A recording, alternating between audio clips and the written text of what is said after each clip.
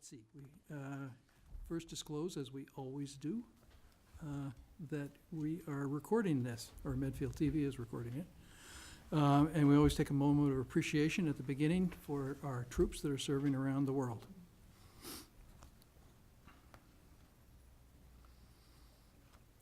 Thank you. So we have a first appointment with Police Chief Meany. Not. Good evening. Chief Meany sends his regards. He's at the ALS committee meeting, so I'll give you a brief overview of what we're trying to do here. I believe you have the copy of the delegation agreement? Mm-hmm. We do. So basically, the delegation agreement is, it's an agreement with the state human resource in the town of Medfield to hire the next police sergeant. As you know, Sergeant Falbo recently retired, so we need to replace her. What it does is, I mean, typically what everybody, well, most people had done in the past, when you're into civil service, you go and you take a test, probably with like 400 people in the room, and then 4 months later, you get your results and you hire your sergeant from that. What we did in the last exam, which civil service allows this, we had the officers take the state exam, and then we coupled it with an assessment center, which tests their skills, it tests their their knowledge of criminal law, criminal procedure, department policies, and puts them in a scenario-based. And then that's combined with the written exam and gives you a score, and gives you a better idea of the candidate, and can they apply what they've learned, and what they know. So what we want to do this time, which civil service also allows, is we want to incorporate the exam locally. So it'll be given by a vendor, it's all sanctioned by civil service, it's done right here in Medfield. You can gear the exam, so it's, so what the vendor does is sits down with the chief, they pick out the books on criminal law, criminal procedure, department policies, and they give the exam based on that. And then they do an assessment a couple of days later, and they couple all that, and that's 90% of your score. The other 10% by civil service statute comes from your training and experience over the years, which you get credit for automatically. And the good thing about this is you get your results back within 3 weeks as opposed to 3 to 4 months. So then you can get the sergeant hired and in the position a lot quicker. So I mean, that's basically it. It requires the chairman's signature, and then we send it on and we go on from there. Any questions? So is the exam just open to Medfield officers, or is Yes. it? Okay. It would just be our offices given here in Medfield, coupled with an assessment center. We have more control. It allows us to have more control on what's on the exam, what we can test them on, and they also base the scenarios based on what a supervisor in Medfield might face, as opposed to just, statewide, what, Boston might face. So it allows us to have a little more control over it. So the alternative then would be the civil service exam open to anybody, essentially, or That, the way that we typically do it, yeah, and that one's being held in September. That's Okay. a general exam that they have, yes. okay. So this is still a civil service exam, it's just given locally with a vendor. And it's limited to our It's officers. limited to Medfield people. So what happens is the vendor sits down with the chief and goes over what do you want on the exam, what kind of scenarios do you want, what do supervisors in the Medfield Police Department face, and what would you like to see? Have we used this process in the past? We've used the assessment part, but not the written exam part. The last two sergeants we hired, Sergeant Gary and Sergeant Anderson, went through the assessment center locally here in Medfield, but they took the state exam. This time, we're just going to add the exam locally. Nothing further from me. What's the additional cost to the town for doing it this way?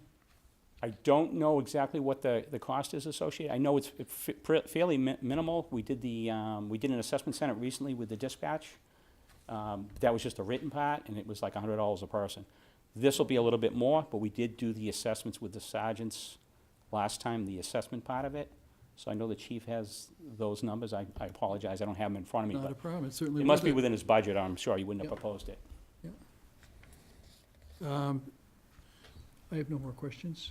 All right. Motion then? Yep, I move that we approve the delegation agreement and authorize the chairman to sign it on behalf of the town. I would second that. Any further discussion? Nope. All in favor? Aye. Yep. Thank you so much. All right, thank you. Next, we have Jean Minio to discuss Medfield Arts Initiative. Chris McHugh Potts to discuss June 22 event, Art in the Park. Thank you. I wanted to talk about the Arts and Economic Prosperity Study. Actually, can I interrupt you for Yep. 1 second? I know the warrant committee was planning to come up for this presentation. Do you want to flip it and do the arts in the park first? Sure, you want to start, Yeah. Chris? Why don't we do that then? I think they were planning to come in just a few minutes, so. Thanks, Mike. Yeah.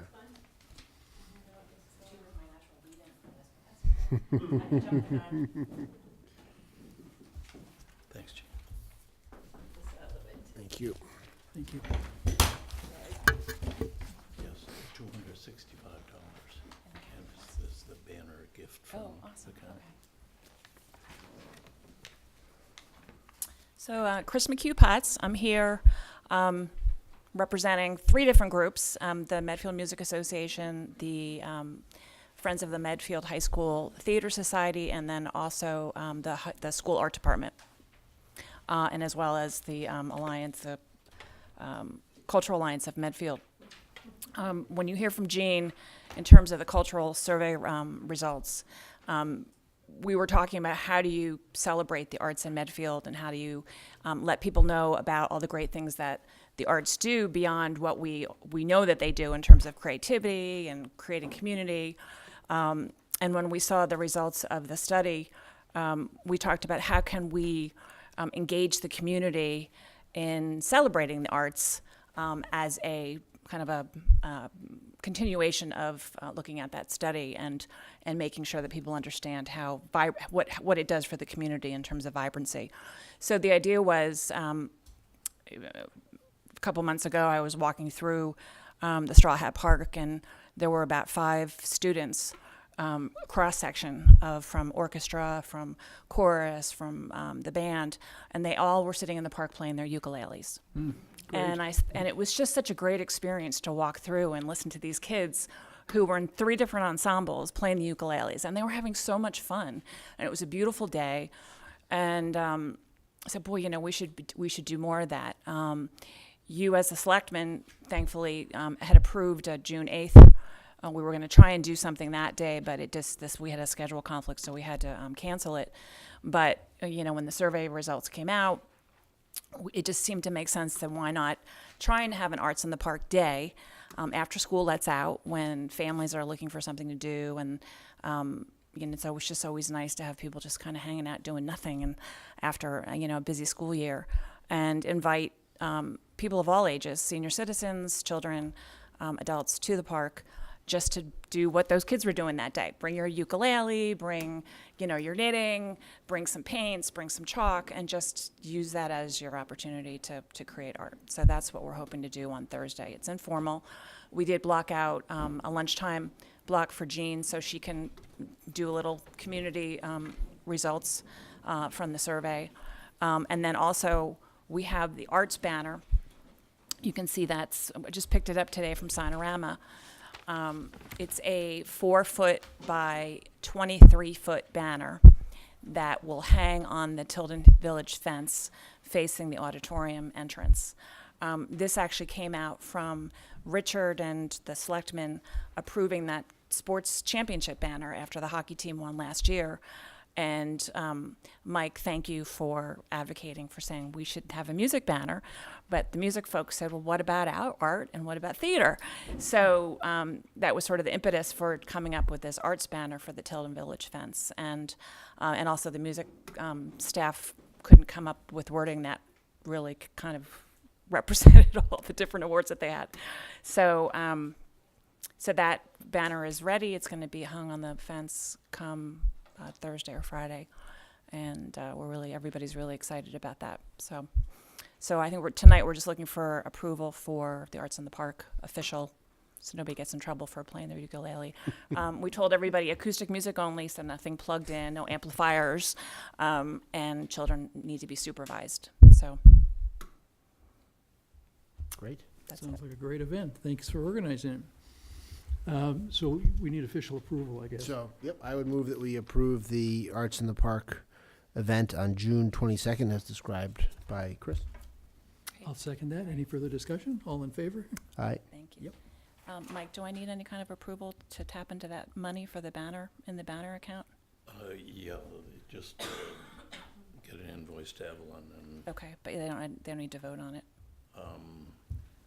I think it was a gift account. I don't know who, I guess it would be under the selectmen.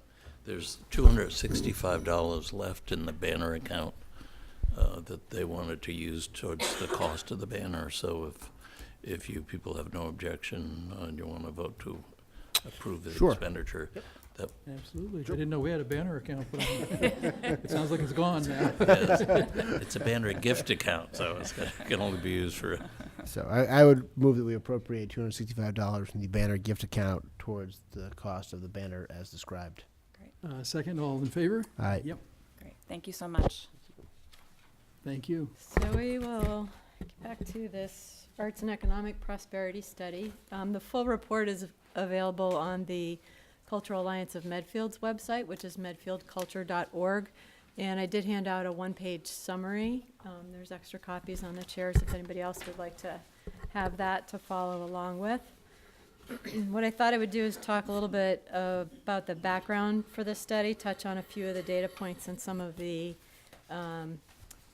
key takeaways.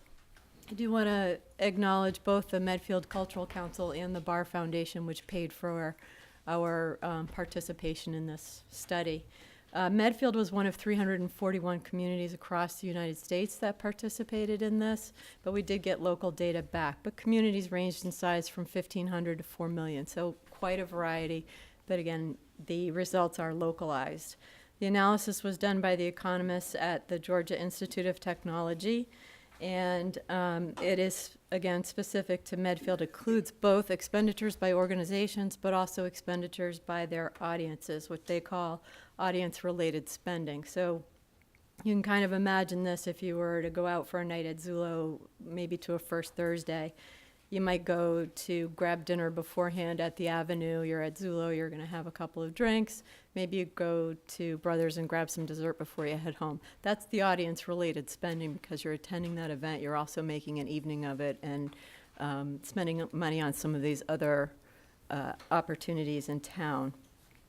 So throughout 2016, we handed out one-page surveys at every cultural event that we could possibly get to, and we probably, on average, collected 10, 12, 15 surveys at each event. So it's really random sampling, and by doing it throughout the year, you kind of account for seasonality. Excuse me. And the results that are reported in this study is just the data that was collected, so they don't make assumptions about audience members that didn't fill out surveys, for example.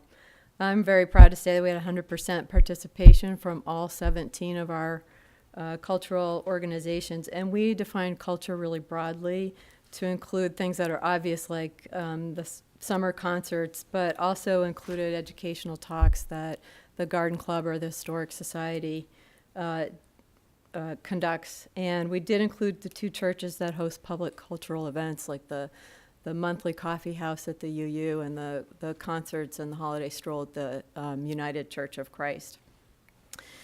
If there were organizations included like Memo, that is not a cultural organization per se, but does generate cultural programming, they were asked to just report on the financials related to the cultural programming, not on their entire organization. All of the data in this study focuses on the nonprofit industry.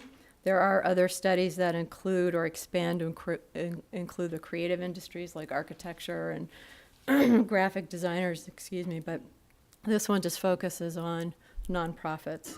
So some of the data that I found the most compelling or really exciting for us was that the spending was $3.1 million. That again includes both the organizations and the audiences. And this is the audience that was filling out the survey. So we collected, I think it was 527. But the organizations themselves reported attendance in the aggregate of 31,000. So it's a small, the audience spending numbers only based on that small number that actually reported. Cultural programming supports the equivalent of 125 full-time employment positions. It's not just who's employed in the arts. I mean, we know that most of our or sizable part of our nonprofit cultural organizations in town are actually run by volunteers. But this is the equivalent of jobs that are supported when the arts organizations are also making expenditures in town, you know, buying paint at Will's, or hiring a graphic designer, or printing their programs and brochures. We know in the housing production plan from 2015 in Medfield that the job totals here was 2,868, which includes schools, public safety, and public works. So that job equivalent of 125 represents about 4% of the workforce here in town. And these are local jobs. The other statistic was that it returns $2.1 million back to households. And somebody on the warrant committee noticed that that equates to only $17,000 per household. And that actually, because it accounts for a lot of part-time employment, low rates of pay, and in the arts in particular, but there's also, as mentioned already, a lot of volunteers in the arts and lots of part-time employment in the service, retail, and eating establishments that are supported by these cultural activities. We also found that these cultural initiatives deliver $224,000 back to local and state government. That comes in the form of different taxes and fees. It might be income tax or sales tax, meals tax for sure in Medfield.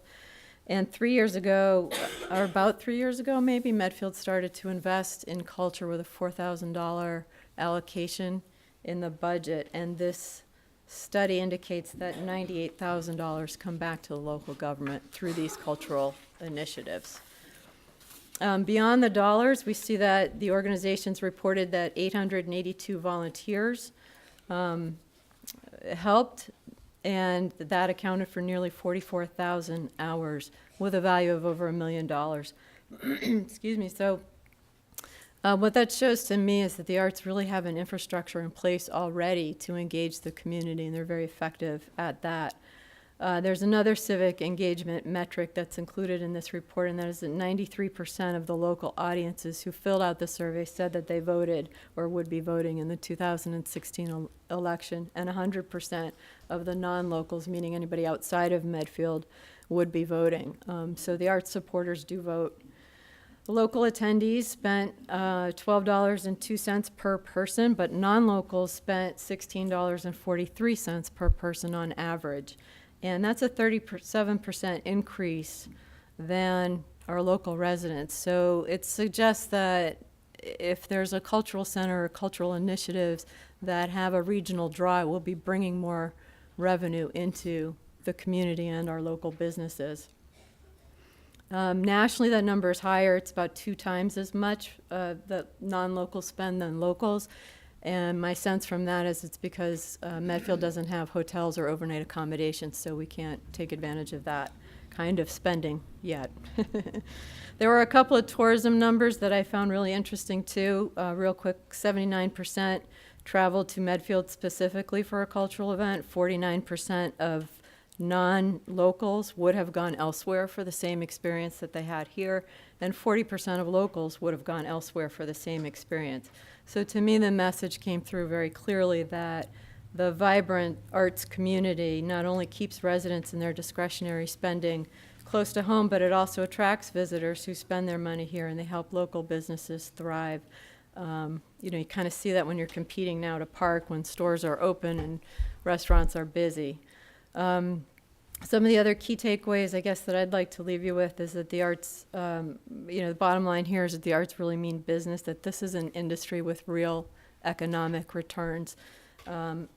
It's a myth buster in a way, because as I've been talking more about culture in the community, sometimes here that people think of arts as a one-way flow of money out. And I think what this report shows is that the arts are returning favorable economics back into our community. So we can feel really good about investing in the arts. There's local job employment, it results in local spending, and it returns revenue back to our local governments. So there's lots more to talk about, but I'd be happy to sort of stop there and take your questions and come come back another time if there's more that I can't answer tonight. Mike? I was just curious about some of the underlying data from the study, like the organizations that make up the total industry expenditures. And Yep. how much they spent and all that. Where'd that come from? The organizations themselves, or, Yeah, just like the list of them. I'd be interested in the breakdown, like sort of the breakdown, how much each of them is spending and what they're spending it on. And it doesn't go to that level of detail in this report. I can see if they have that data available to look at. I mean, presumably they would, right? I mean, Yeah, that information didn't flow through us. The organizations reported that information online through a data collection, process, and so that went straight to the economists. yeah, that would be interesting. But Okay, that was the only thing from the numbers side that jumped out at me, just out of curiosity. okay. But thank you. This is good. I'd be curious, do you have the list of the organizations that were surveyed? I do, it's in the, it's in here.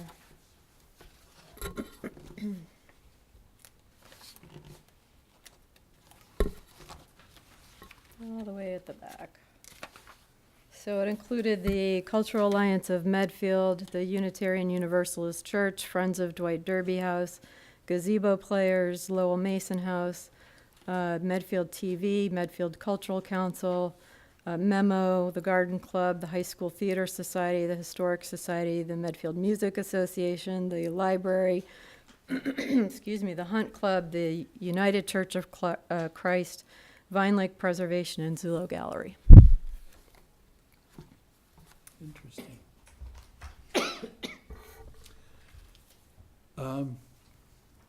Very exciting data. Thank you for bringing this to us. Nice to see the arts making money. Do people that are here have any questions for Jean? Martha? Gee, this is great to see that again, that it does, it's not just investment, but that it's like that. Do we have any benchmarks for other kinds of industries or other kinds of things?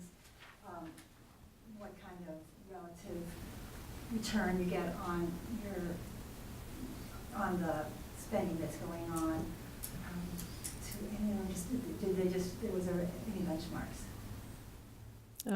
Not outside of this report. So are you interested in Just the relative potential ways you can invest into the arts or into, restaurants or into retail or that sort of thing, how it relatively pays back or I guess the only thing that was in the study relative to that is that they did have a breakdown in terms of the audience spending right. by category. What the audiences were spending, so what Right. the arts were generating in those sub-areas. Right. Was there any breakdown in the report? You said there were, several hundred organizations. Was there any breakdown either by size or by region as to what the spending was, and did we fit in with the trends in those? There is, and I can share some of that if you want to, I could pull it out by size, population, for example. Probably population would be Yeah. the most critical. Yep. Yeah. Yeah, they did provide that, so I can send that back, sure, or post it on the Alliance website with this. Yeah.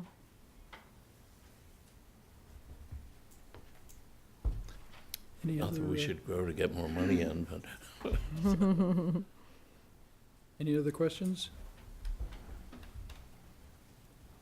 Actually, just a quick one. So Jean, how about is there any outreach to the business community about sort of their, I'm sure they would certainly be the restaurants and the other organizations, but the impact of having cultural events or sport events or things like that that draw attention. It'd be interesting to get the business. I'm sure it would be positive. Anything Right. that brings traffic is good. Sure.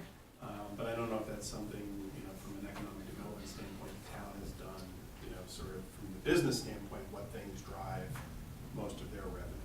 Is it just between advertising, between events, between, because it would be good to to sort of get their feedback as well on the contribution that the arts are making That's versus fine. other Yeah, things. you- I know. You're doing a much better job of I explaining knew where you were that. going.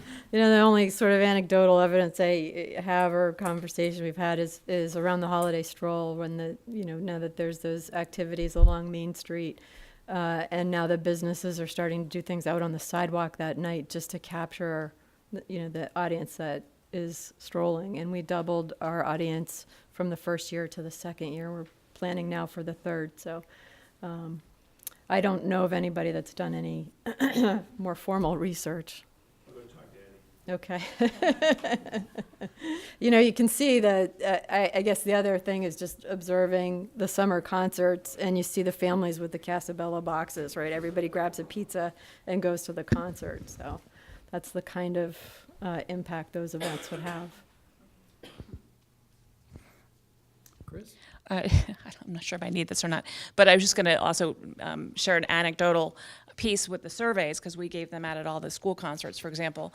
And what it doesn't capture is what people do after the concerts. So I know this spring, after some of the events, a lot of people decided to go to Noon Hill Grill or go to Avenue or go to Basil. So that post-concert activity in the town wasn't captured in the surveys. So just thought I'd mention that too. I can give you a rough idea on the meals tax. We get between 130 and 140,000 a year on the meals tax. That's the Medfield share.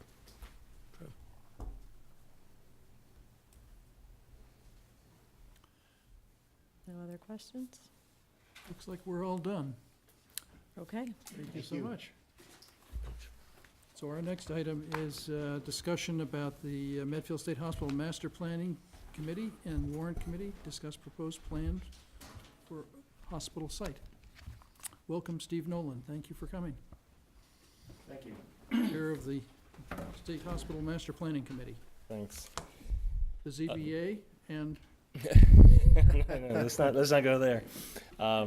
Also, Gil Rogers and Randy Karg from the committee are here, and Bill Massaro, one of our resource members, is here as well. I don't want to take too much of your time, but I just wanted to give you a little bit of sense of where we are right now and our plan for getting to town meeting. We had a public session on May 24 where we presented 2 scenarios, which were narrowed down from the 4 that we had presented back in February. So we solicited a lot of feedback. We had small group tables, and we collected a lot of information from that. And we're in the process right now of trying to come up with a preferred scenario, if you will, where we can begin to actually drill down on the financial aspects of the plan to test its feasibility. So having synthesized a lot of that data from the May 24 meeting, we're now in a process of having our consultant recommend a preferred scenario, which we expect to have at the next meeting, which is tomorrow. If we can get consensus on that, then they'll begin to really kick the tires on the financial aspects of that, because one of the elements of feedback that we've gotten from a lot of people, including the Warrant Committee, who's here tonight, is that we are endeavoring to make this revenue neutral or revenue positive if that's possible, but there's a lot of costs associated with the redevelopment. And one of the big items of feedback we got from the town was that too much density was not a good thing. So when you pare back the density, that also then reduces your sale prices for lots, which then reduces the amount of money you have to go towards things like infrastructure. So we need to look pretty hard at the financials and see if the scenario we come up with, it actually will pencil out. And if it won't, we'll have to tweak it and try to adjust it to make it come out financially neutral. That may or may not be possible. We just haven't really gotten into it yet. So that's our goal over the course of the summer. So at our last meeting, the consultants came back with a schedule, because one of the prime issues at town meeting is getting a 2/3 vote on zoning. So without rezoning the site, the master plan is kind of meaningless. So they scheduled out a time horizon for all the public notices, planning board hearings, everything else that has to happen before town meeting, and told us that we really had to have resolved on our our plan last meeting, in other words, to get to keep on this schedule to get to a November town meeting, which had been our fervent hope. So they really said it was unlikely that we could accomplish everything we have to by a November town meeting. So we had a conversation with the town moderator about possibly pushing it back to December, which he really didn't want to do because December is a difficult month for people to go to a town meeting. So he recommended that we do a meeting in early January. So reluctantly, the committee embarked on that as our new schedule. So no longer have we finished the 5/24 meeting where we pledged to make a November town meeting. Then we have backed off a little bit on that schedule. But I think the sense of the committee was that we wanted to do this right. We've taken a lot of time and effort to get to where we are, and that it would be not in everyone's best interest to try and rush to town meeting without really having a good, thorough analysis of the financial impacts of the plan, which is our next step. So the schedule's a little bit shifted from what we had hoped, but not too severely. So that also leads me to bring up one of the conversations we've had about possible intermediate steps before town meeting to deal in particular with affordable housing. One of the items of feedback we've gotten loud and clear from a lot of people is that we really want to get to our 40B 10%, and we also want to try and stay within the safe harbor as we're getting there. So there's been a lot of consensus around the use of Ice House Road and Lot 3 for senior housing, in particular some senior affordable housing. So we did have a conversation about potentially fast-tracking those two parcels, not to get to a town meeting per se, but actually possibly to put together an RFP for development of those properties for senior housing. We learned from an experience I think that was Lexington had when we met with a person who was knowledgeable about their affordable housing efforts, that they had at one point put out an RFP for a parcel of town-owned land that would be used as affordable housing, and they solicited bids and worked with the developer, came up with a plan, and then presented that plan to town meeting, so that they actually did a lot of the legwork in advance of town meeting and presented more or less a finished concept at town meeting. So having heard that, it did plant the seed that it might be possible for us to do the same exercise on Ice House Road and Lot 3 in order to try and advance the process of doing affordable housing there. Our consultant came up with a plan that would allow us to get 42 units of affordable rental housing on Lot 3, and it seems possible that we could get a 2-year safe harbor out of that. But the problem is it's a pretty long time gestation period from when you announce you're going to dispose of a piece of town-owned land and when you actually get a building permit, which is the operative step for staying in safe harbor. So I guess I'd also throw that out as an idea that we had talked about. We haven't really made a decision on it, but we'd welcome feedback on that issue as well to see whether that's something that the Selectmen and or the warrant committee felt was a good idea to pursue. We don't want to go down that road unless we feel like the town is behind that particular approach. The other purpose of me coming here is just to solicit any input from you and or the warrant committee as we get down to narrowing our options to a preferred options. If there are things in particular that you have heard about, or seen about the scenarios, or other concerns you have, or other input you want to give us, we're welcoming that as well, because we want to make sure we've addressed anybody's concerns. So I know, Pete, you've been to a number of hearings. Mike, your schedule hasn't permitted, and I know Gus has been to a lot of our meetings as well. So we have had some feedback from you, but if there's anything else you want to put before us, we're certainly glad to hear it. I've actually generally tried to avoid talking to your committee about my thoughts while I was there. I've been very willing to share information, but I'm happy tonight to talk about my thoughts, actually. But I didn't, at your meetings, I didn't want to try to say what I was thinking. Well, now's your chance. So. Right, well, let me start then. First of all, I'm sort of a contrarian, because I don't mind density. To me, what I'm looking for is something that looks and feels good. And I come down to projects in town that meet my criteria are Old Village Square and Prentice Place. Some of the other projects around town that have the same density, I don't like at all. And I would hate to see those at the hospital. I wouldn't mind Old Village Square or Prentice Place type developments at the hospital. Those are about 7 or 8 units per acre density. For me, as I thought about the hospital over the years, what I finally came up with was that I want it to be not just another residential development that's in that side of town. I want it to be something that will interest the rest of the residents in the town to go there for some reason, that it'll become a destination. I've thought of 2 ways of making it a destination. One is the Cultural Arts Center. I think that'll draw people in. The other, in my mind, is density. I don't think people are gonna wanna go and walk around my neighborhood where there's 1 house per acre, more or less. The neighborhoods that people like to walk around are the downtown, where things are very dense in general.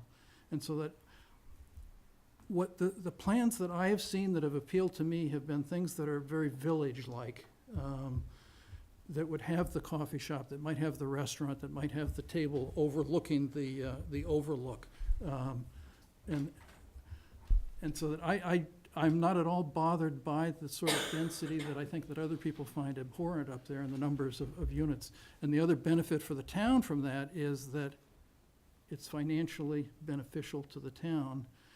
If you build the type of housing that the town feels that it needs, which is for older citizens, I don't think we have housing for the millennials either. And the good news is that the experts that came and talked to your committee, basically the smart growth man, said that the housing is just 1,000 square feet, and it can be either have a millennial in it or a senior in it. And most of the seniors are single now, apparently, is I think what I remember him saying.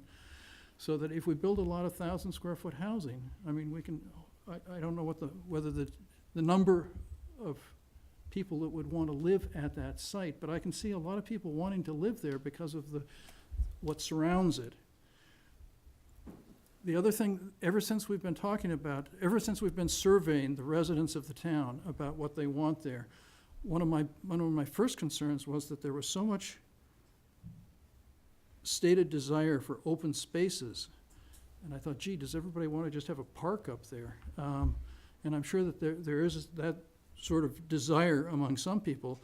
But what I finally came around to in my thinking was that there is so much open space around that particular spot that if we build on the existing campus area where the buildings already exist in a dense manner, that there's going to be so much open space around on the state lands on either side, and on the Sledding Hill side of the street where we're only permitted to build on 12 out of the 40 acres, that there's going to be just a surfeit of open space up there. You're never going to want for open space up at the state hospital, no matter how dense we build up the existing footprint of the hospital. So as I say, I finally came down to the idea that the only way to make it really interesting to the rest of the people in town is if we make it dense enough, so that it has this village feel, that it has a nice feel to walk around in, to do things in.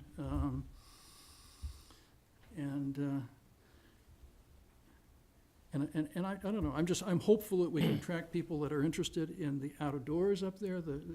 I mean, I can see people, millennials who wouldn't otherwise want to live in Medfield, maybe wanting to live there because they can have their kayak in a shed somewhere and their mountain bike in another shed or something. I just think I think it can be a very exciting project for the town, and not just a housing development.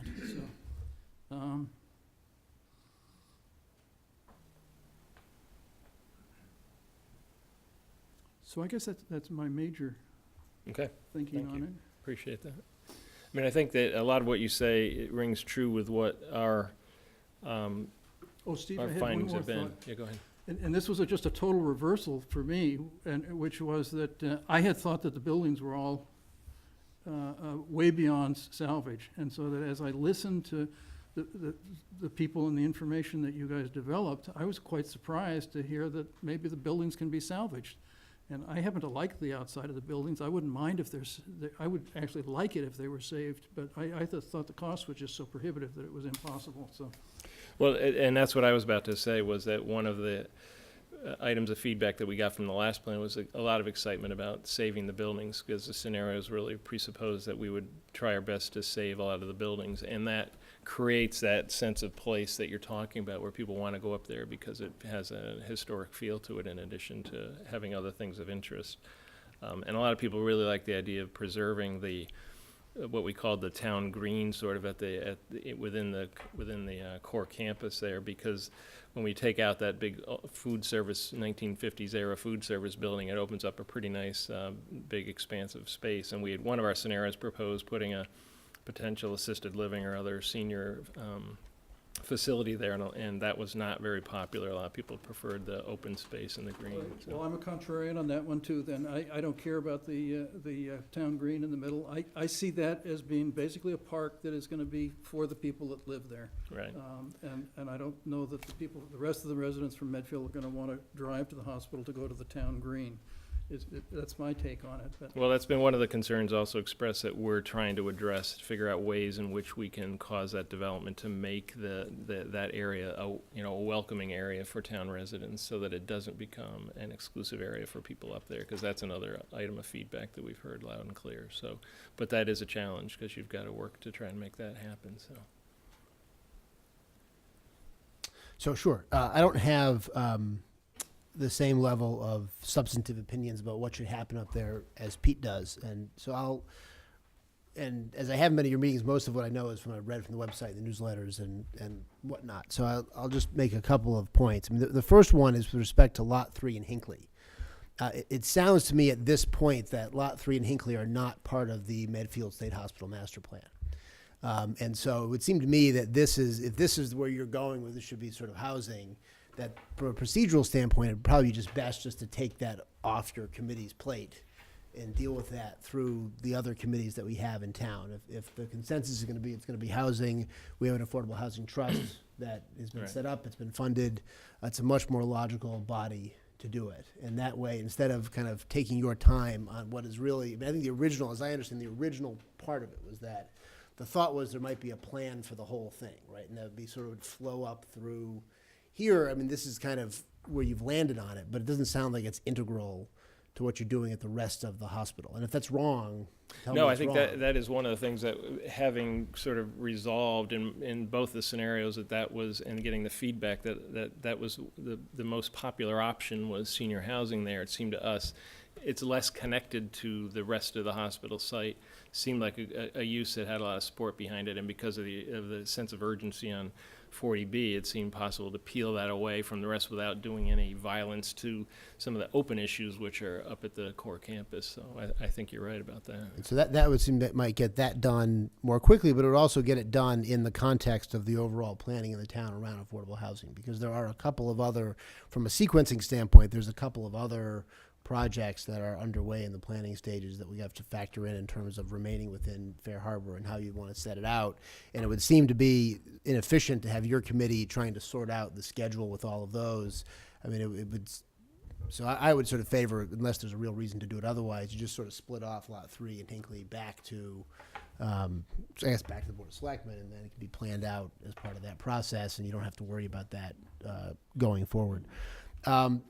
The second piece of it I have, and this is going to reiterate something that I said last fall in the context of approving the RFP for the new consultant, and you know, I think that a lot of the planning process that you've described has been kind of proposing scenarios and ideas and suggestions to some subset of the general public, taking the feedback from that subset of the general public, and then trying to design a plan around that feedback, what you call a preferred scenario.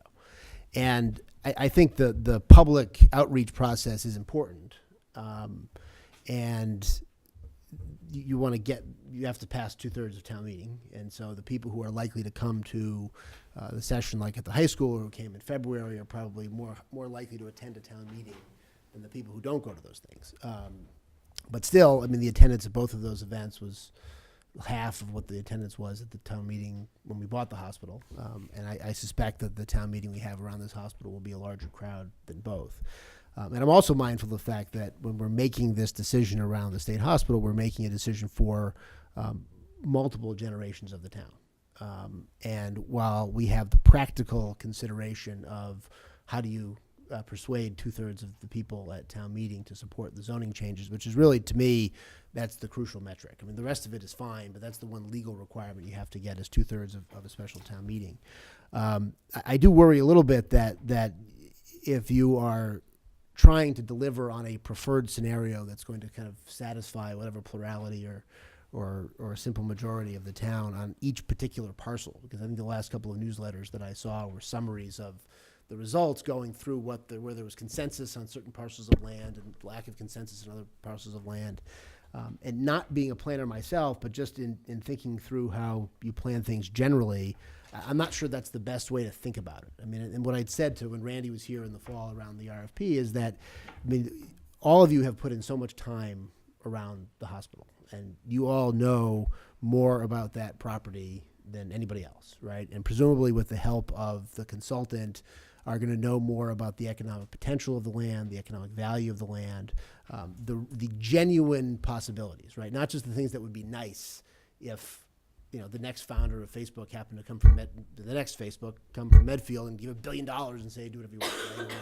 Right? Some corporation came along and said, look, we want to build our campus there. It'll be like EMC. I think that sort of would be a dream scenario, but not one that you can really plan for, right? You can't really say, okay, some corporations are going to come in and we're going to rehab all the buildings in this beautiful place. We're going to keep it open to the public, and we're going to pay $1 million in taxes, and just you can't plan for that.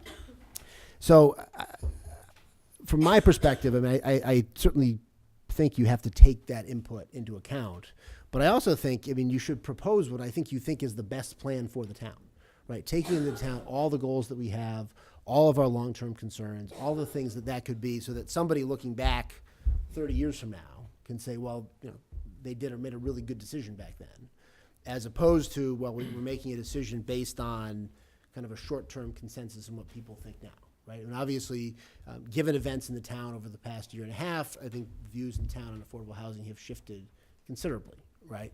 And I think to the right. I mean, I think that where we've landed on it has always been true, right? But its circumstances have led people to understand why that is now true. And I think people who've been involved in this issue in the town for a long time have recognized that's been true for a long time, but there was not the knowledge or the willingness or the understanding of what that meant, and now there is. So, my preference certainly would be, just from a philosophical standpoint, as you come up with the final plan, come up with what the committee thinks is the best plan. Now, it may be possible you're never going to get all 7 people to say this is the best plan, but if you get 5 to say this is the best plan and here's why, taking into account all those public inputs, I think that would be much more likely to get you towards something like what Pete is talking about. Because I think everybody would like, in concept, to have it be what Pete's talking about, whether it's dense housing or something else, some place that the town can enjoy and be proud of and be pleased with and is beneficial overall. And I just don't know that you're going to get there trying to say, well, what does the town think about these 3 acres? And what does the town think about that 6 acres? And what do they think about that over there? It seems to me like you could end up with kind of an amalgam that's not going to be satisfying to anyone. And it won't necessarily be coherent overall if you try to do it that way. So I would much prefer to see you try to come up with, a little more time that you have, sort of a coherent master plan for what it's going to be, and what it projects to be, and what the zoning needs to be to make that master plan happen, and what the timetable looks like. And you have to break down the financials, and I'll get to that in my next point on it. But I think just from the standpoint of how you go about it, I think we'd be missing out if you didn't bring that substantial expertise that you all have in this site to think through, okay, based on everything we've done, the feedback we've gotten, here's what's feasible, this is the best plan for the town for the long haul. That's point 2. Point 3, with respect to infrastructure spending, and this idea has kind of come in and out of plans that you've released. I will say that I am very skeptical of spending money on infrastructure at the state hospital without kind of a signed agreement from a developer.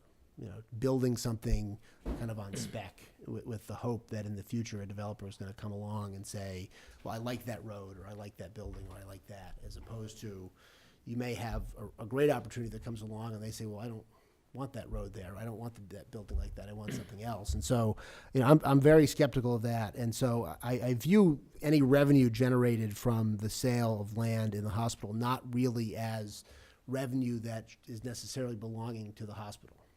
It belongs in the first instance to the town.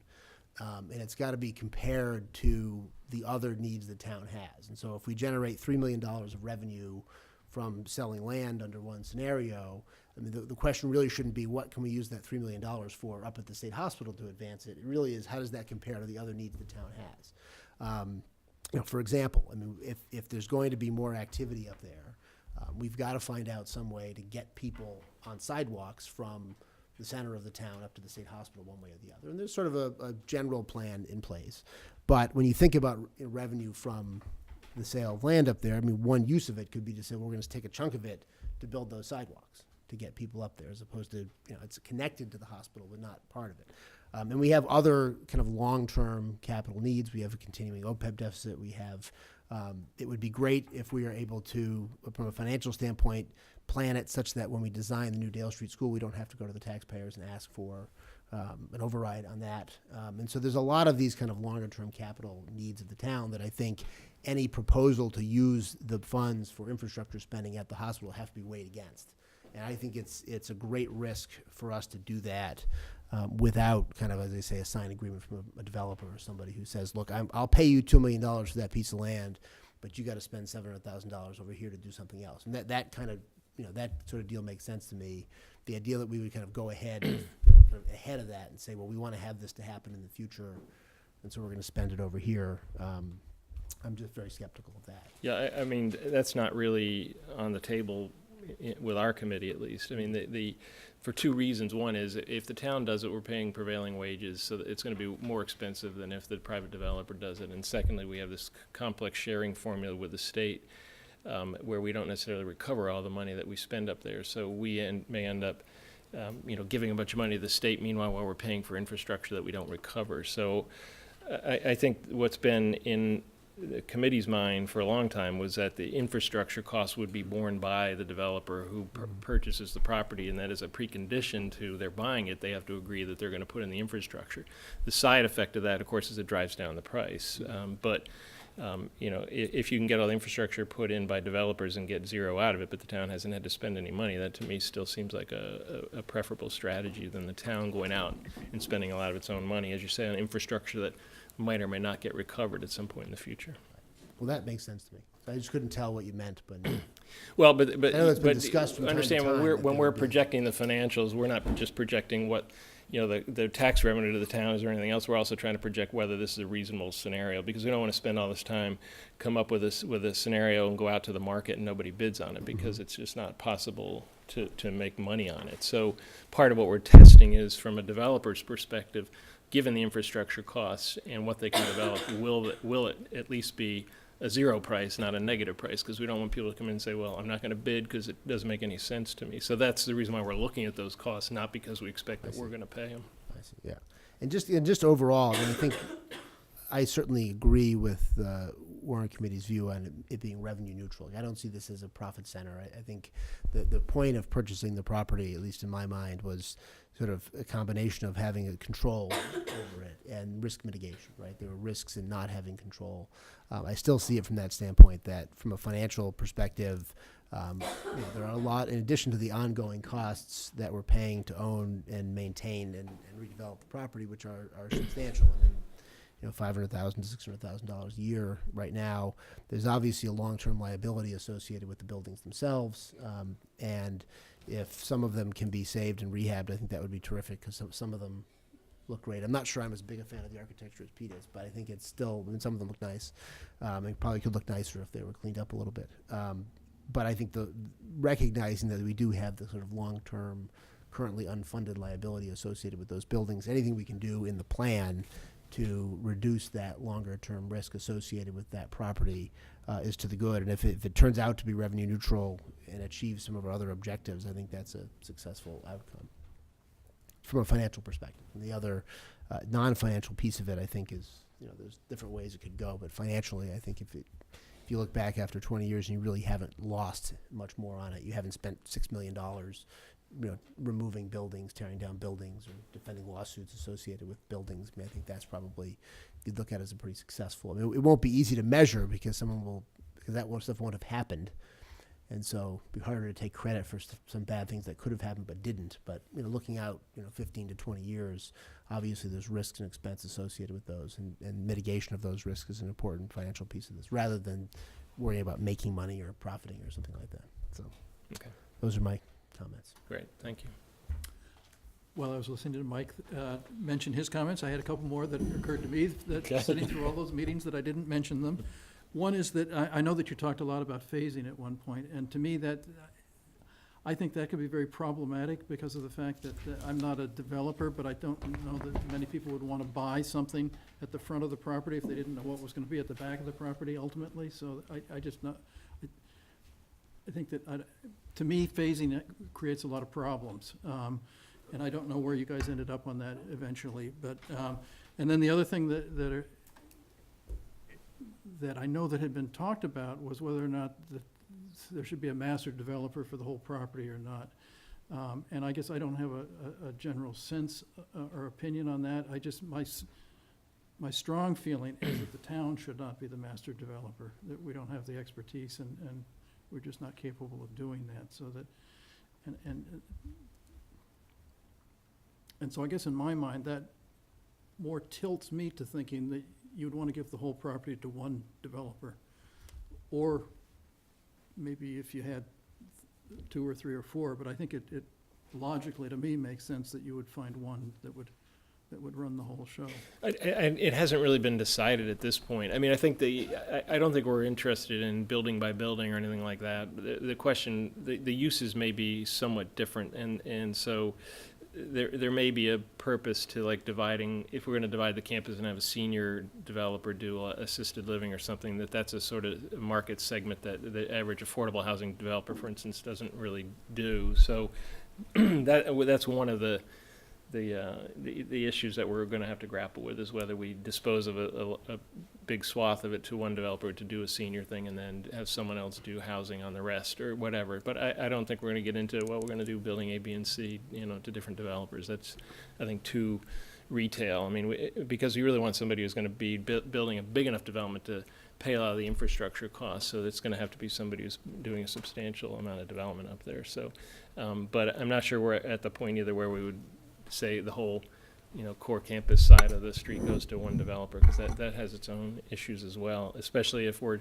trying to do something like the cultural center. I think one of the phasing ideas, and the development consultant has said this, is that some of those take a little longer to put together. The financing can be more challenging. So if the town really wants to take that Lee Chapel and hopefully do a community center, a cultural center there, that may take a little longer than doing some of the other things, and it might not be a quick hit. So that might be something that you carve out and hold back, and trying to find a nonprofit who will take that project on. So so there's sort of two sides to that, but I hear your point. I've been very impressed by your committee and how hard you guys work, so thank you for everything you guys have done. Yeah, there's been, between the committee members and the resource members, they've put in a tremendous amount of that's work. huge. So. Okay, if I jump in as well? Absolutely, please. Just use the microphone, Martha. Where is the microphone? Rachel's hogging it. Thank you. Thank you.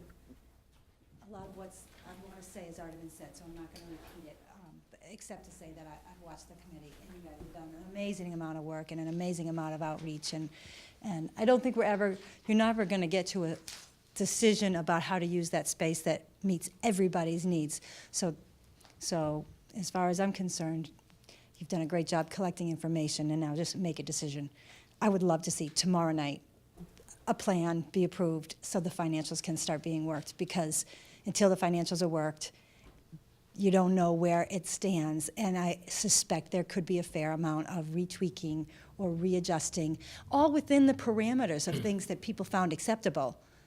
but before you can get to the point where you can put the zoning together, and we just don't want to be in jeopardy of missing, say, a January deadline, because the rest of the town is holding its breath waiting to find out what goes on, because so many decisions can't be made in town until we kind of understand how it works in with this big piece. So thank you for everything you've done. Thank you for hearing revenue neutral, and the 10% 40B came through, and I know there's a lot, these are tall orders, but you're doing a great job. Let's just keep it moving forward and get to the end point. Thanks, Martha. Anybody else have a question, comment? I have a couple, if you don't mind. Okay, great. Thank you, Mike. I'm probably going to start out giving you all kinds of advice, and at the end, criticizing my remarks. But I hope you'll understand why I agree that I've never seen a committee that put so much time in, except maybe the warrant committee this year. But when I looked at the plans that were presented at the 24th hearing, it occurred to me that it included a lot of things that don't pay for themselves, and that the more things you include that don't pay for themselves, the more dense the development in the lines of what Pete was saying that you're going to have to include to make it revenue neutral or revenue productive. So I think if you could look at some of the things that are cultural, recreational, open space, utilities, historic restoration, those are all things that really don't pay for themselves. I mean, I guess we talk about historic tax credits that will pay part of the cost, but they're not going to pay it all. Anything you could find another way of doing it, and I have a couple of suggestions on that. I was a little concerned with the proposal for Lot 3 for private recreation, for elderly housing. There have been a couple of people that are interested in locating private recreational facilities there.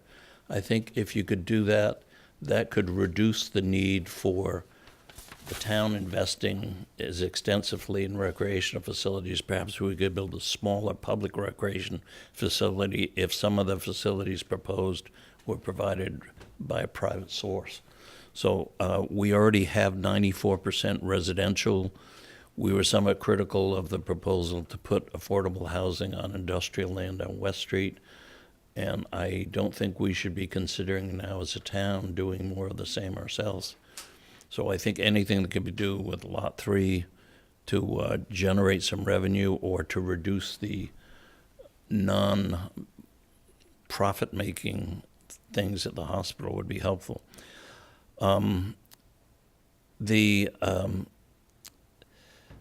also think the elderly housing is a little bit incompatible with an active recreational site there. I know when I worked in another town, there was problems with complaints from elderly people who tend to be around more and more bothered by active recreation use. I also I'm not wedded to the idea of saving old buildings. I like old buildings. I love the town hall. I love the library. I love the Peak House and the Dwight Derby House. But I don't think every old building is necessarily good and every new building is necessarily bad. I think we have other concerns these days. We're very energy efficient. We want energy efficient buildings. We have life code issues where you have to build elevators. You have to make the layouts of buildings. People want open space. They don't want little cut-up rooms. So I think you can keep the what people seem to like, in my mind, is the quadrangular arrangement with the open space in the middle and the buildings around it.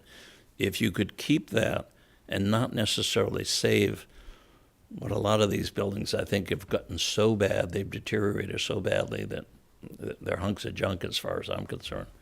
And the more of them you can take down, the better, I think.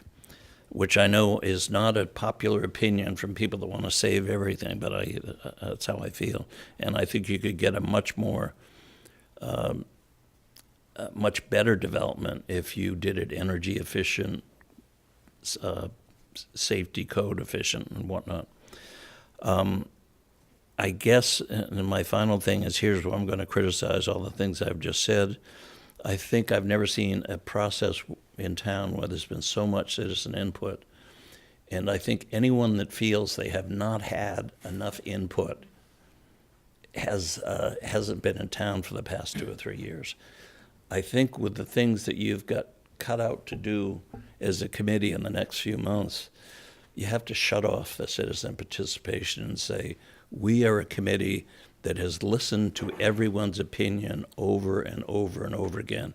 Now it's time for us to stop the opinions and come to the conclusions on our own as a committee. And I think that's what the town is expecting. And I know it's difficult to do because I've been to some of those meetings and everybody wants to have a say. But I think they've had their say, and now it's time for your committee to sit down and do the work. Thank you. Thanks, Mike. On that last point, I mean, that's definitely, and Mike, you made the same point.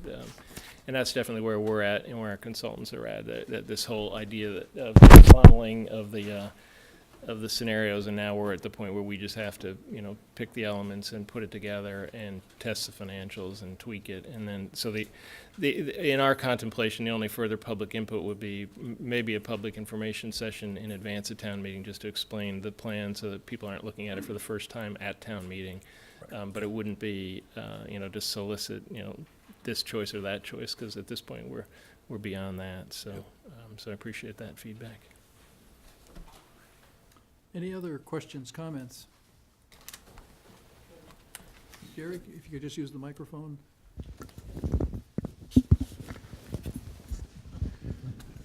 So I won't echo all the good work, and after seeing all the meetings, I do think that the public input, at least from the last few meetings I've seen, has been 80% in the same, right? So I think there was huge consensus in the direction, is this agricultural versus, maybe that's not worked out, but I do think that the town has given a fairly remarkable consensus on 80% of that plan. So I guess I would say, I don't know if the town really has much more capacity, but that last voting where, okay, which options you want, almost every single one had 75% towards one scenario. So that's remarkable to get to that point, and I think that is a credit to the work that you all have done to get the outreach, because those scenarios came out of all that feedback.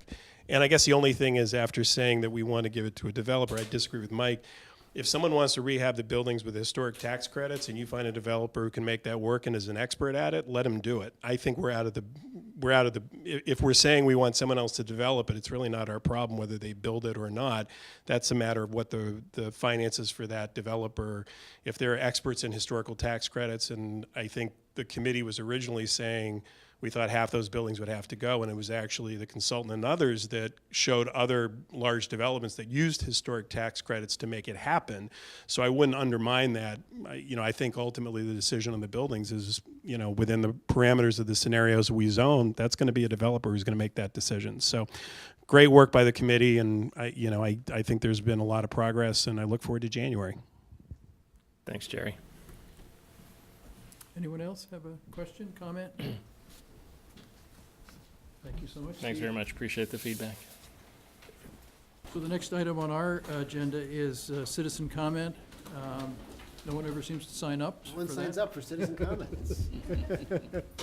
So we'll go on to our action items. Director of Public Works Maurice Goulet requests the Selectmen vote to sign Chapter 90 project requests for various roads, preventive maintenance, chip seal. It's the chip seal list for streets in town. This is what he discussed with you at your last meeting about using Chapter 90 funds for. He's also has put out to bid Main Street project, and he's including in that trying to pave up to the pond. And he's also talking about doing some paving with the Chapter 90 money on the other side, say from around Winter Street up to the Dover line. So it would leave that area that we talked about at the last meeting, that the town might want to decide to approach it differently in terms of funding source. It would leave that untouched, and so that they'd still have the opportunity to decide how they want to handle that. Okay. So what you're signing there is the the contract for the town to expend the state Chapter 90 funds. So I would move that we sign the Chapter 90 project request for various roads preventative maintenance as requested by Director of Public Works Maurice Goulet. I would second that. Any further discussion? Nope. All in favor? Aye. Yep. Director Goulet requests selectmen vote to sign preventative maintenance system agreement. Right, and this is being funded from the Commonwealth Compact funds that we received last year for signing the Commonwealth Compact. Yeah, I So- said preventative maintenance, it's preventative management systems agreement. Pavement management systems. Well, it says Yeah. preventive, but it should say pavement management, yes. Well, mine says pavement. It got changed. I agree with you, mine says preventative. Well, I'm going to move that we sign the pavement management system agreement. I'll second that one. Any further discussion? All in Nope. favor? Yep. Facilities Director Jerry McCarty requests the selectmen vote to sign solar maintenance agreement with Select Solar Services pertaining to the public safety building and the wastewater treatment plant. What this is for is to handle the annual inspections of the solar panels on, at those locations, and also to handle the application for the solar renewable energy credits. Have they been doing this already, or is this a new? They have been on the wastewater treatment Okay. plant. This would add the public safety building to that, so. All right, so I move that we sign the solar maintenance agreement with Select Solar Services pertaining to the public safety building and the wastewater treatment plant. I'll second that. Any further discussion? All in favor? All right, Director McCarty, and I just have to tell you, I really like having a facilities director now. I've gotten used to that. I think the town really is well-served by having a facilities director. The And poor Jerry's guy a is great run one. ragged. He's, between the town hall elevator, the school roofs, the library, everything is, I said, I don't know what we would have done before you got here, because since you got here, everything seems to have fallen apart. So we either blame him for it falling apart since he I got here, tell or you, for the fact that he fixed it. The choices of Jerry and Mo Goulet were just both right on the mark. They're both Yeah. doing terrific jobs, Yeah. so. Well, you have a lot of buildings that you're responsible for, so this is, I think it makes a lot of sense to have. I mean, before that, we would have with the warrant committee, you'd have, the library director would come in to talk about the roof of the library, or all these other things. And I'd be down The looking reality in the was that- elevator room trying to find the right button to push with this. The reality was the library director didn't know that much about the maintenance of the building, because No, that's not their no. area. She's thrilled with Yeah. with Jerry and with Eric also, our guy Fuller does a great job. So Director Jerry McCarty requests the selectmen vote to sign a 3-year trash removal contract with Lawrence Waste Services, including all municipal buildings and schools. And Evelyn can probably speak to that better than I can, where he put all the buildings out to one bid. Yes, and got really good prices for monthly trash removal. Didn't seem like that much to me, but then again, I'm not in the business, so, We were spending quite a bit with waste management. yeah. Well, what I'm saying is that the prices seemed like a good price to me. Yes. Yeah. Yes. Yeah.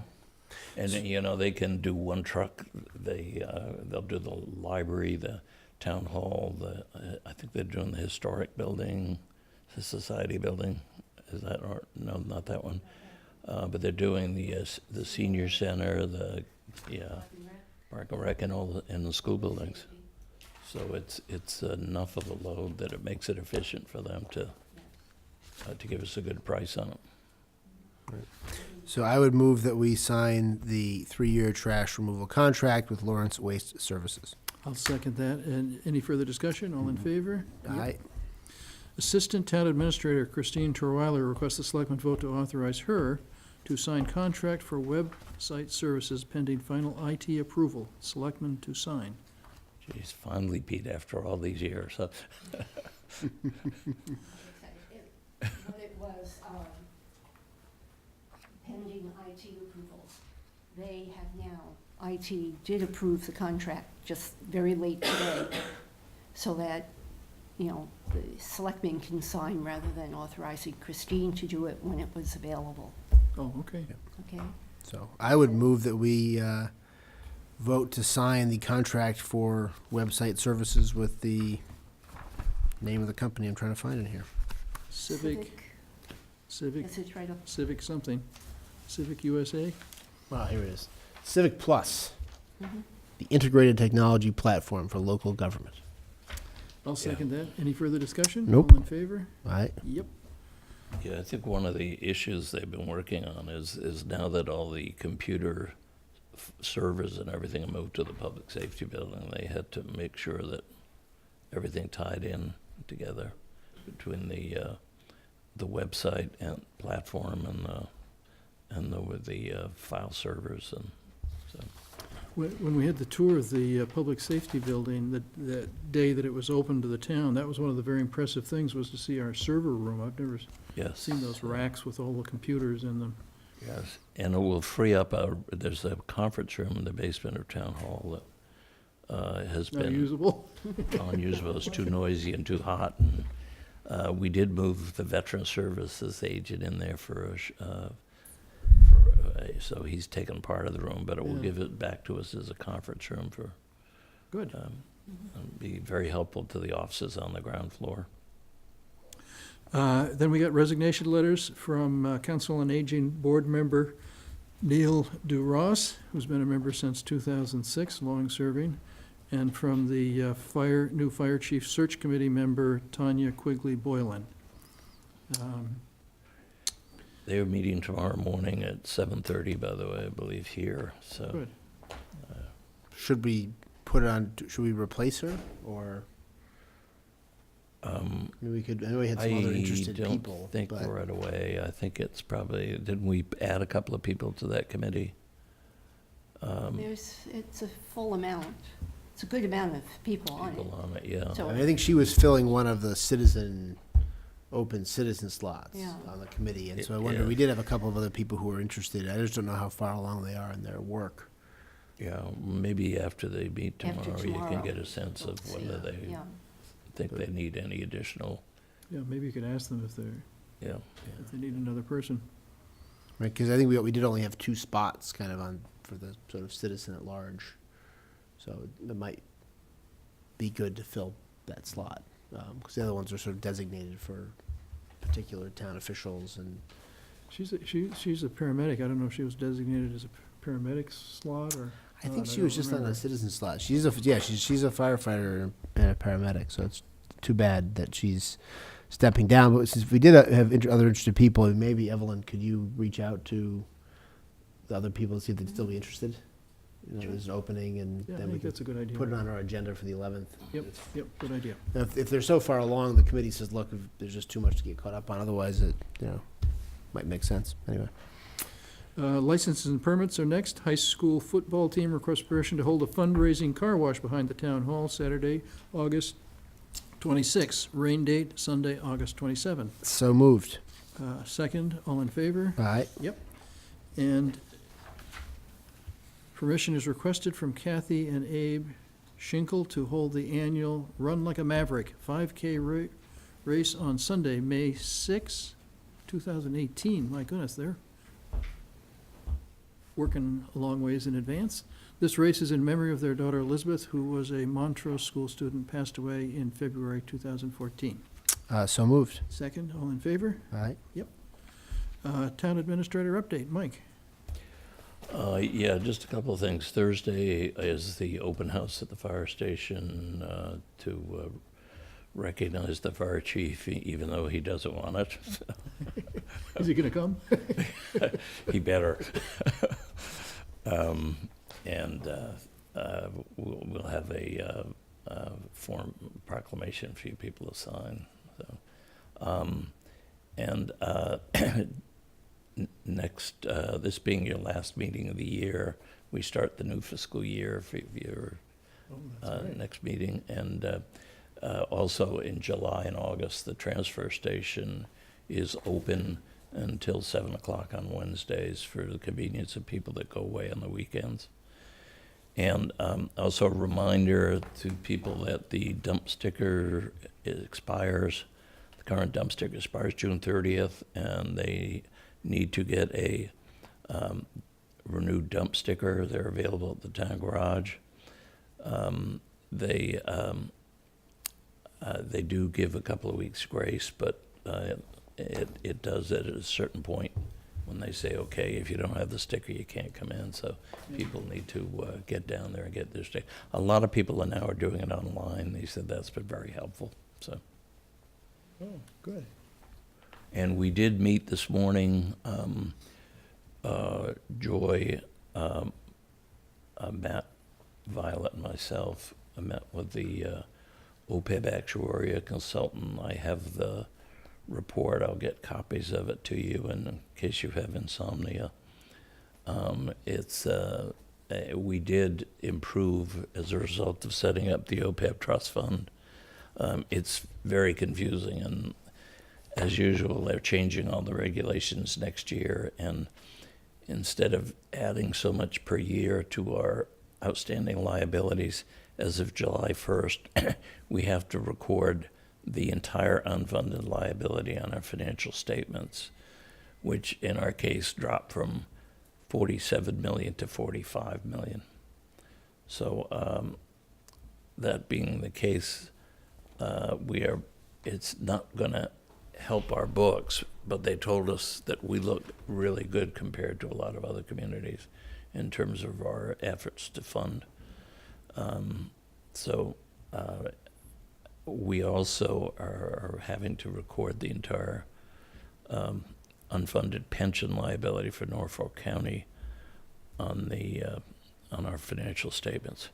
Fortunately, we don't have to record the teacher's pension liability because I don't know, that would be in the tens, if not hundreds of millions of dollars. I thought that one was close to funded, it's not? It's all, it was, it's now down to, I think, around 50, somewhere between 50 and 60%, which is, it's taken a bath. And part of it is, I think, the stock market when it crashed, but I think part of it is the early retirements. So many people, fled out the door and to take advantage of the early retirement that it really whacked the system. So the state's going to have to do something about this pension funding and health insurance funding. They just cannot ignore it. It's not going to go away. The liabilities. I was reading that MBTA. Now, when I was on their finance committee, the pension system was overfunded. If you read the paper recently, it's now between $1 and $3 billion in the hole. Yikes. How could you possibly go from an underfunded system to those kind of liabilities? And the information, the public can't view the information. It's deemed a private system, and the public isn't entitled to see it. I think it's a disgrace, and why the public puts up with a system like that is beyond me. But they're going to pay the price down the road for it. And that's it. That's enough bad news for one night.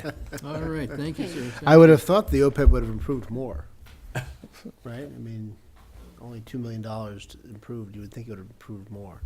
Well, what happened is, and this is very common. I did too. I thought we dropped way down, but We've added, $800,000 since the last report, which, I mean, should carry to more than $2 million of, 40-year liability. Well, first of all, the way the actuaries figure it, they didn't count what we put in last July as part of this year's system. So they only have us as $2 million in our OPEB trust fund, whereas we just got our figures for April today, and when we put the $400,000 that was appropriated this town meeting in July 3rd, we'll have $2,615,000 in there. So we're way ahead of what they show in the report. But the big thing that I finally figured out, they are using a 20-year amortization schedule, and we're in our 8th year. So when they come up with their calculation of the annual liability, instead of dividing it by 20, they now divide it by 12. So it makes your annual, your liability jump way up. So I was gonna say, because I thought we were at a 40 million unfunded liability, and you've got a number that's 45, you said, and it was 47. 2 years ago, at December 31st, 2015, we were 47 million. January 1st, December 31st, 2016, we're at 45 million. So we're down about $2 million.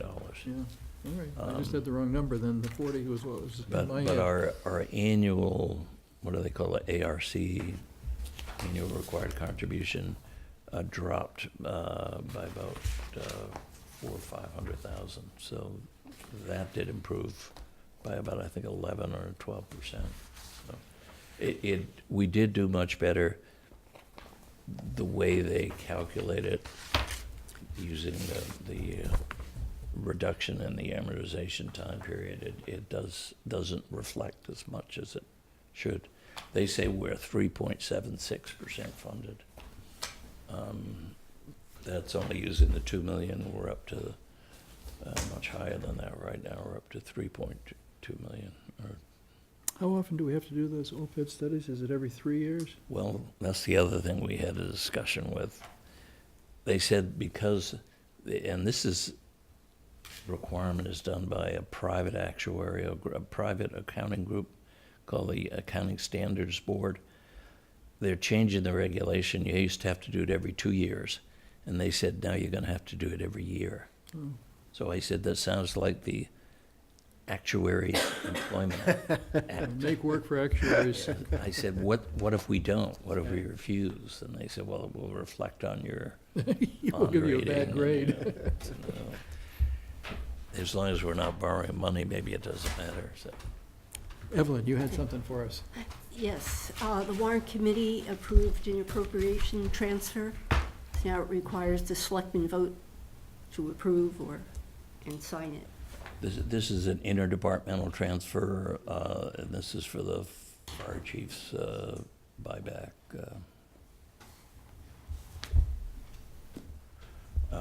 They actually got a couple of last-minute transfers from the police and legal budget, so they didn't have enough in the reserve fund to cover all the transfers they've had. The other one they had was the Medicare tax. So this will be from the health insurance balance and go into the fire department budget. So I would move that we approve the interdepartmental transfer as requested. And it's just under 37,000. I would second that. All in favor? All right. Yep.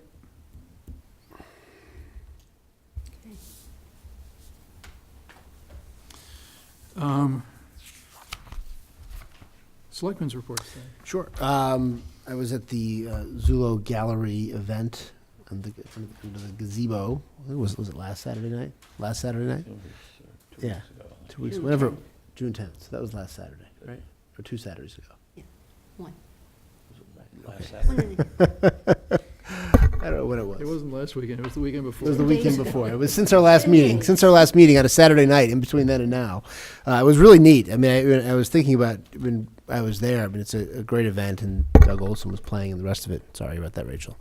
I tapped the microphone. You don't have your headphones on, so that's good. But it's really a great spot, you know. And I wonder if you could ever get more events there. You know, I think they've talked about, you know, weddings up at the hospital, the rest of it. But I mean, it seems like that's a really nice spot. It's not really in a super residential area, and it's, you know, it's a great event. So I don't know if anybody would be interested in having events there, but it's nice. You know, it was a nice with the We tent. have had a couple of weddings there, actually, Yeah. but very small ones. In Yeah, the with the tent and the setup and everything else, it was really neat. The other observation I would make is we were Rocky Woods, again on one of the intervening weekends, and the beaver devastation up there is amazing. And we walked up around one of the ponds, and it seemed like every tree was either down or half gnawed on, or I mean, it was really amazing. I mean, it's The water is very close to Hartford Street, too. no, there's that Yeah. bridge that kind of goes over the pond. It's all covered over. I mean, it's And the trustees think it's a good thing that the beavers are killing the trees because they say that will restore it to its natural swamp or wetlands state. It is swampy. I mean, but it's Oh, yeah. it's startling to see how many of them there are. Even the ones that aren't already down, the ones that are sort of half. Yeah. Presumably, they knock it off during the day when people are there walking around, and then they're back at it. You know, at night. I think it might make sense, Mike. I mean, we did have a beaver committee at one point. I know that Bobby Kennedy was working with the trustees. And they did put in that beaver deceiver at one point, so that they did some work to address the town's concerns. But, and so I just think it might make sense to reach out to them and. Yeah, it depends the level you set it at, because it will only go down to that level. So if you only set it down 6 inches, it only drops 6 inches. Yeah. If you set it down a foot, it will drop a foot, assuming that the beavers don't catch on and plug it up. So, I was concerned when I saw the water over along Hartford Street, because I know that that road apparently is not built to modern standards, and so that we are at risk of losing it, I guess. it's all over town. I had a call from someone down the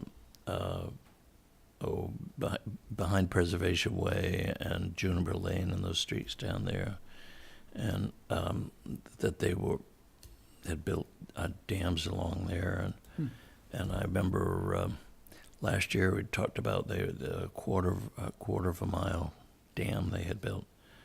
And you can't just take out these dams. You have to remove them very slowly, because if you take them out all at once, you'll have a massive flood, because there's so much water impounded behind them. So it has to be a very gradual process.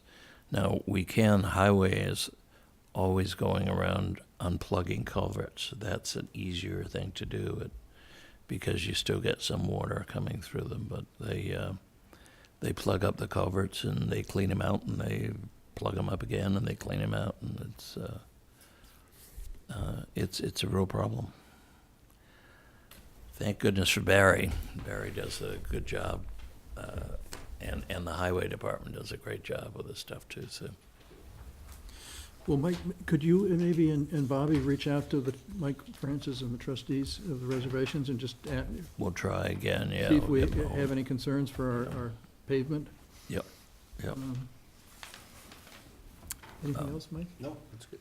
So I'd mentioned that we had a wonderful proclamation for Richard DeSorga at his last Medfield History Day, 25 of them. He's done 6 trolley tours a Saturday, so 150 trolley tours. Nice proclamation that you wrote, Mike. Thank for you. that. I'm getting good at it. I did 3 this week.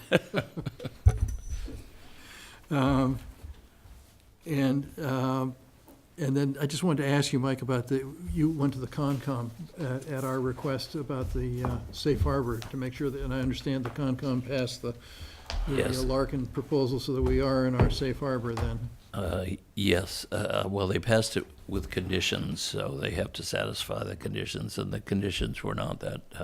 They went along with them. They didn't have a problem. Good. A lot of the time was spent discussing stormwater issues, which are really not the purview of the Conservation Commission.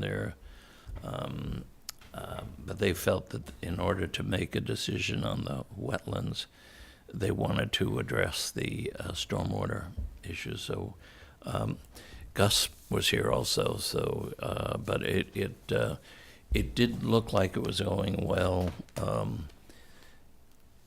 And I'll tell you who saved it. The consultant that the planning board, now conservation, is using to advise them.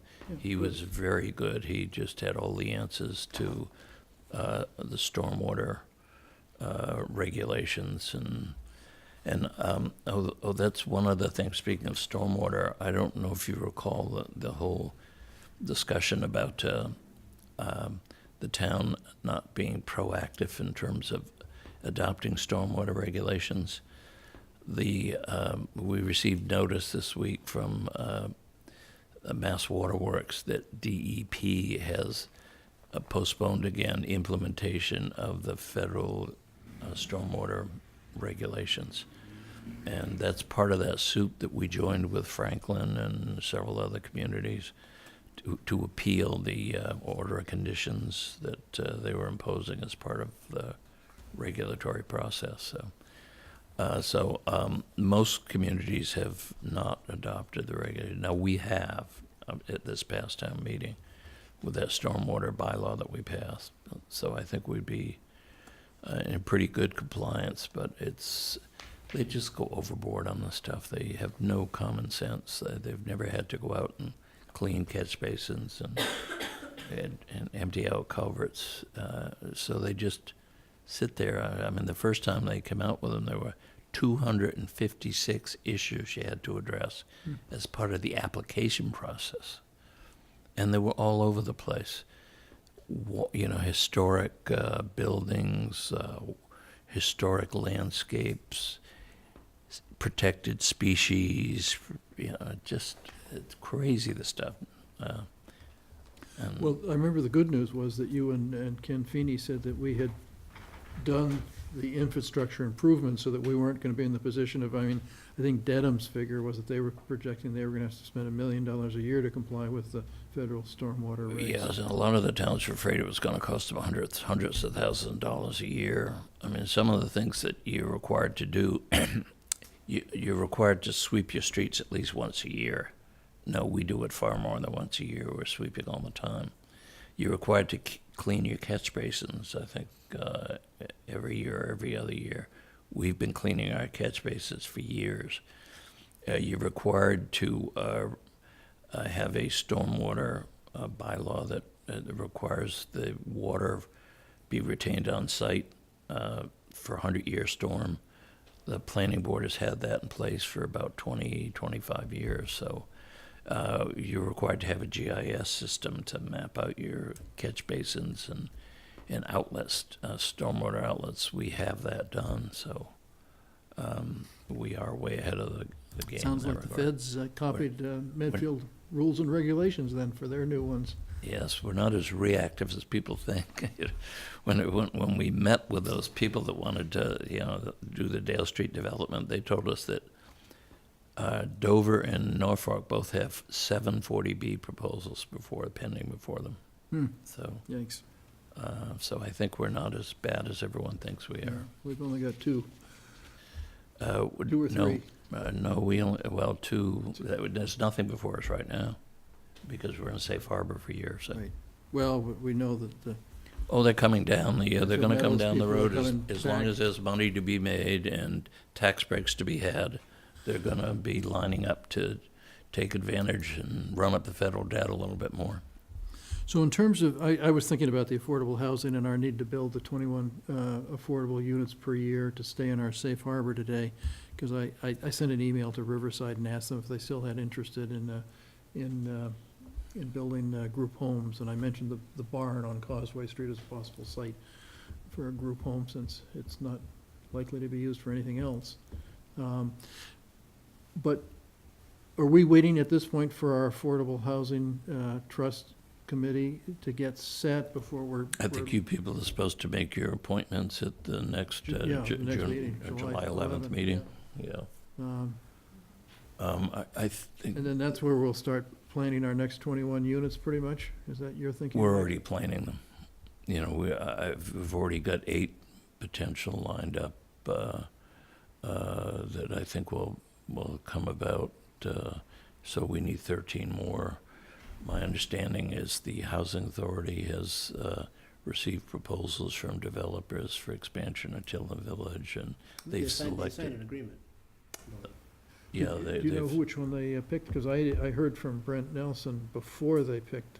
my understanding they is went. it is someone who had worked on the park development down on Okay, West because Street. that was the group that was going to pay for everything. That's the one they picked. Yes, that's who they picked, yeah. So they're That's working probably with good, because them. that'll probably happen then, because that's, I think they were anxious to go ahead with it very quickly, so if They're that doing happens, another one just like this in Rockland, I think, in the same Yeah. model, where they pay the upfront, basically they pay all the costs, and then they get the rent. So I'm hoping if we can keep coming up with proposals like this, we might not beat the $1 million. We can save the taxpayers $1 million by not borrowing the money if we don't need to. If we get those 21 units a year, so. What's the timing on the bond issue? There's no timing. It's when the committee gets set up and decides they want to borrow the money, and then you can go forward with it, so. to my thinking, Mike, it makes sense to borrow the money and have it in hand, because it takes a while to get the money, and there may be some deals where you need to have some money quickly. You run into some regulatory problems. You have to have a plan when you, as part of the bond submission, as to how you're going to spend the money down and what time frame you're going to spend it down over. We don't know how we're going to spend it. We don't know what time frame it's going to be under. I think you have to spend something like 2/3 of it within 2 years of the time you borrow it, or within a year of the time you borrow it. So you can't just go out and borrow money and say we might need it somewhere down the road. You have to have a plan in place as part of the information you supply the bonding company and the potential investors. So if we wait until we have a project that we want to fund something, how long would it take then to bond it? Is that several months? Well, you can do what's called the bond anticipation note, where you can get it in a Okay. couple of weeks or a month. Yeah, okay. So, and then what you do is, however long it takes to get the bonds, you would then issue a permanent bond, Yep, and you'd all right. use that permanent bond to pay off the temporary note. Yeah, well, as long as we can be nimble, because we don't want to Yeah. lose things. that I we- mean, the only Interest rates thing, are going to go up as well, I mean, so. well, that's the problem, yeah, but you just can't go out and borrow money without a plan to. Right. how you're But, I gonna mean, spend we, it. you know, we have a housing production plan, we have a Yep. fair amount of stuff that we could submit in support of that. And as I said, if we can come up with enough units to satisfy the safe harbor, we might not even need to borrow, Also true. which would make the taxpayers very happy, I would Very think, happy. so. Oh, and I would just suggest that we should put, when Gus is back on the 11th, we should put that Lot 3 and Hinckley issue on the agenda.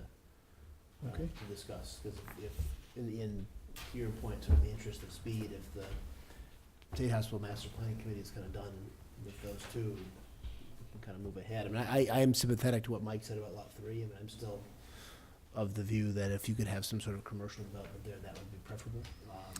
At the same time, you know, I don't have a strong view on Hinckley property versus, you know, housing there versus something else, but, you know, it is a little bit of, I think, of a admission of defeat to say that we're just gonna have, it's just gonna be housing and not something commercially oriented. The original plan was something for commercially oriented. think, and, yes. I mean, again, there was an original plan 22 years ago, so plans change in 22 years, but, you know, I think obviously we would benefit from more commercial activity in town. And the kinds of things that are successful in town at this point are things that people in the town are gonna use and patronize themselves.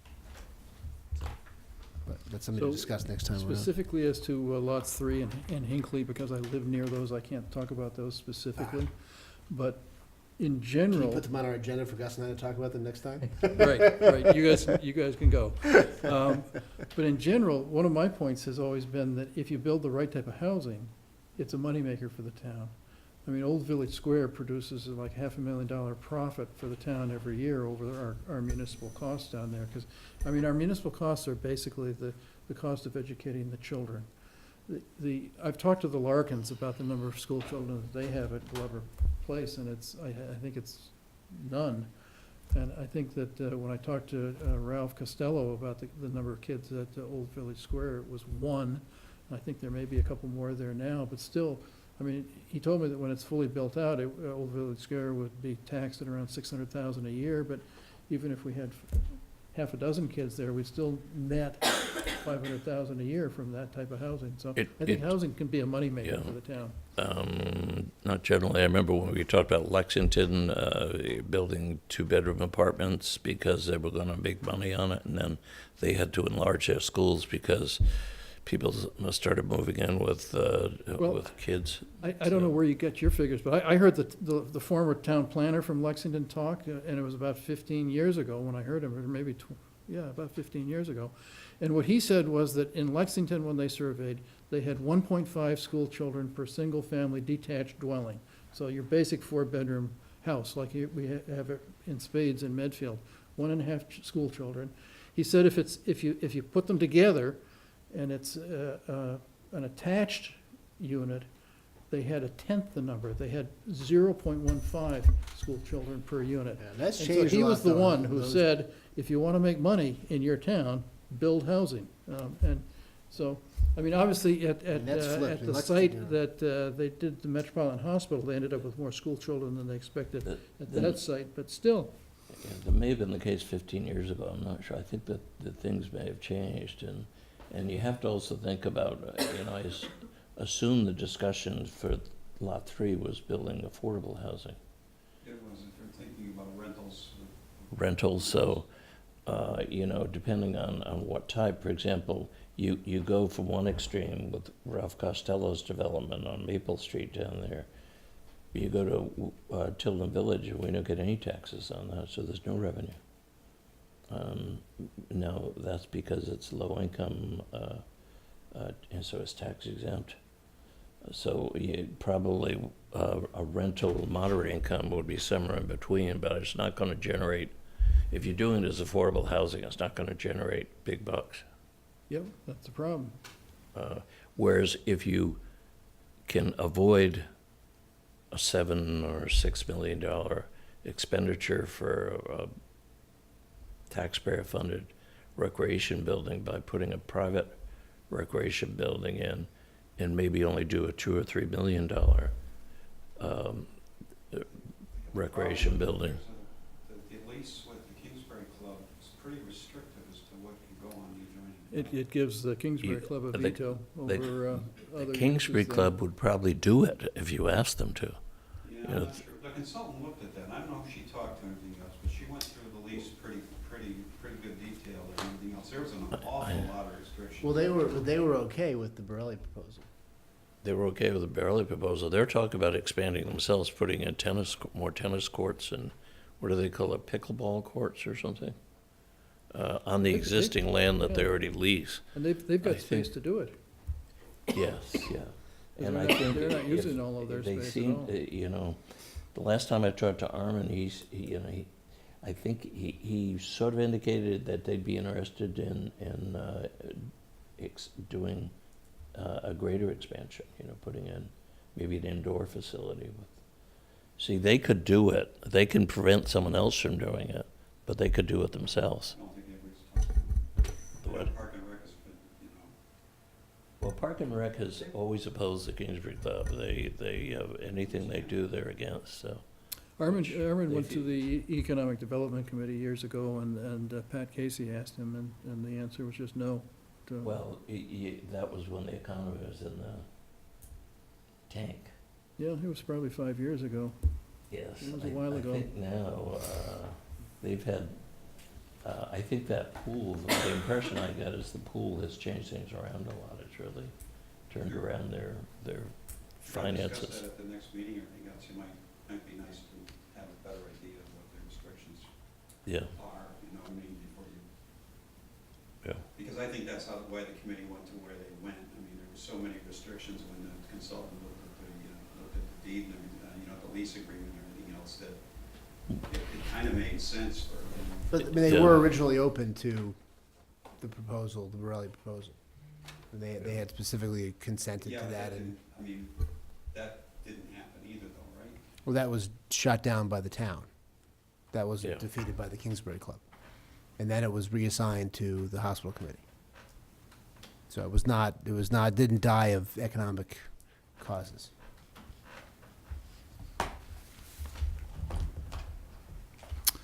Informational, we've got 4 or 5 students going to Norfolk Aggie. Yes, yeah. Did you hear, That's it. 35 kids going to the Galapagos? Summer? Oh, is that right, from the Aggie School? No, from Medfield High School. Oh, I said, boy, I thought Cuba was a stretch. so we're all set, we're done? Move that we adjourn. Excellent, thank you.